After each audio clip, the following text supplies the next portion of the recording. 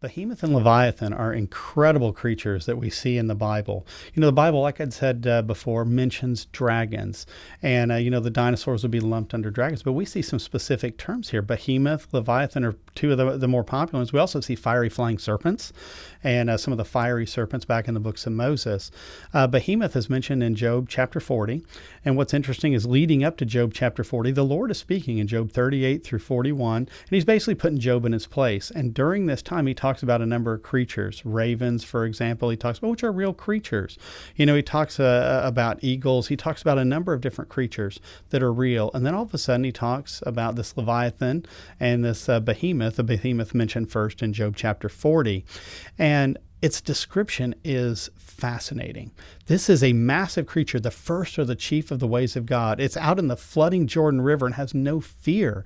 It eats grass like an ox. It moves its tail like a cedar. Its description, it almost sounds like a sauropod type of dinosaur. Now, that would surprise people out in the world today who've been taught that man and dinosaurs are separated by 65 million years. So that's a new surprise to them. But you look at this context, it actually makes a lot more sense. A tail that moves like a cedar. How do you think about a tail that moves like a cedar? I've seen a lot of cedar trees. They're kind of rigid. If the wind is really blowing or it's a bad storm, it'll kink over a little bit. Now, there are some Bible commentaries that have footnoted this and said, well, you know what? Maybe this behemoth is an elephant or a hippo. And I thought, really, an elephant or a hippo? I went down to the Cincinnati Zoo, and they have some beautiful Asian elephants, and there's a few places around the pen where you can see these elephants. Well, everybody congregates where the elephants are looking. They want to see the tusks and the ears and all that. They're getting pictures. I was on the backside, and I'm back there taking pictures. People are looking at me like, what is he doing? But I got great pictures of the backsides of elephants, and that was to look at the tail. I want to see this tail whip, and I even got some video of it. But this tail does not move at all like a cedar would move.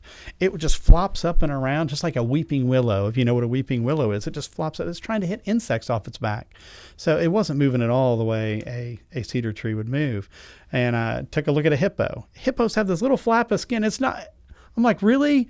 I would never use that tail to describe anything like a tree, any tree at all, actually. A stub maybe, if anything. But yeah, it wasn't even close. When you start looking at the description, you look at it more carefully, it makes a lot more sense if it is a sauropod type of dinosaur.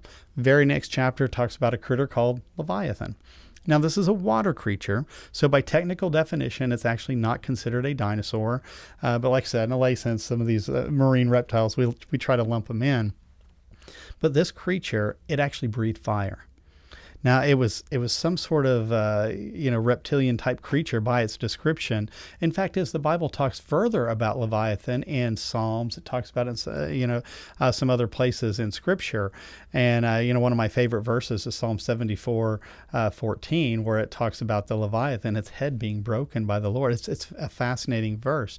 But this Leviathan, it may well be one of these marine reptiles that in the world's eyes has gone extinct millions of years ago. And there it is mentioned right there in the book of Job.